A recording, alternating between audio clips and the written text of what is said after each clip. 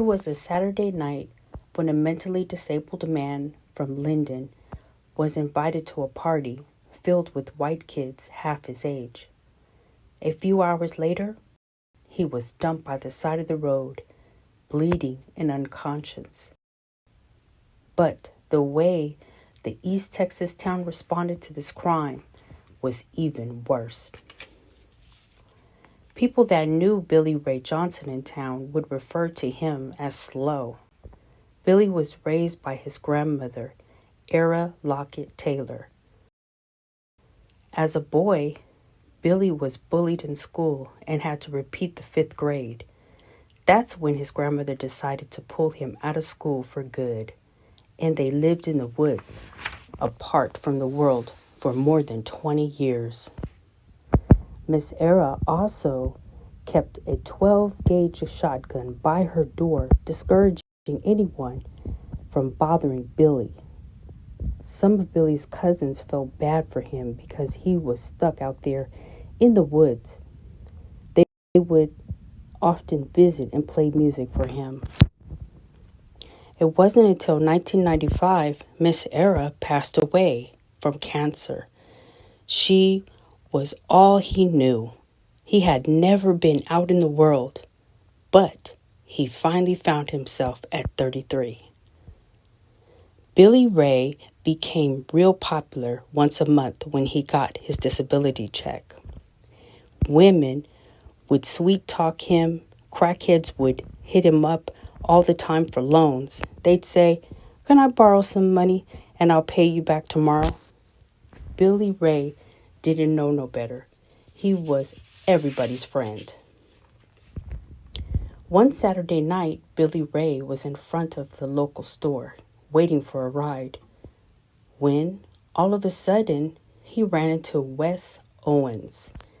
Billy Ray knew Wes because his brothers and father used to work for Wes's grandfather on his farm. As they stood and talked that night, Wes offered Billy Ray to come hang out with him and his friends. Billy Ray agreed. Wes drove less than a mile up the road to his father's property and turned into a wide, grassy pasture where pickups were parked in a circle around a bonfire. It was past midnight. About a dozen people were sitting on their tailgates drinking beer. When they looked to see who Wes had brought from town, they burst out laughing. Wes has a crazy nigger with him. Colt Amox snickered. After Wes introduced Billy to his friends, Wes turned on some music. Billy Ray started dancing. As the fires started to fade, they started teasing Billy Ray. It made some of the people uneasy and half of them left. Some even said, "It's not right." At that same time, another person pulled up. His name was Corey Hicks. He worked at the jail. Corey looked at another partygoer named Dallas Stone and said, "Why did Wes bring this stupid nigger out here?" Dallas shrugged and said, "For a joke?" Only 6 people remained at the party, including Billy Ray.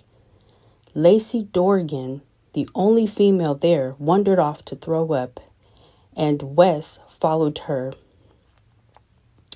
Corey, Colt, and Dallas became bored and started harassing Billy Ray. Corey wanted to beat Billy Ray, but because of his job, he didn't want to risk it. He was known for being racist towards blacks. They then started taunting him, telling him to leave before the KKK comes. Colt punched Billy Ray in the face, knocking him out. For an hour, they debated what to do with Wes's body. Lacey and Dallas offered to take him to the hospital. They tried making Billy Ray wake up. They didn't know what to do with Billy Ray's body. By standing him up and letting him fall, making him hit his head once again. Billy Ray was then dumped on the side of the road. The investigation into this beating didn't start until 4 days later. Meanwhile, Billy Ray was in the hospital unconscious. The sheriff that found Billy Ray launched an investigation into finding out what happened. Witnesses came forward to tell what happened. The 4 suspects were questioned. No matter what happened to Billy Ray Johnson, the town supported the 4 suspects, saying good things about them. When Billy Ray gained consciousness, he didn't remember anything. The trauma to his head had resulted in permanent damage.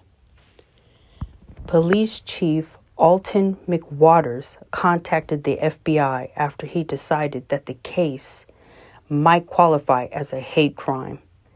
A civil suit was filed and Billy Ray Johnson was awarded $9 million.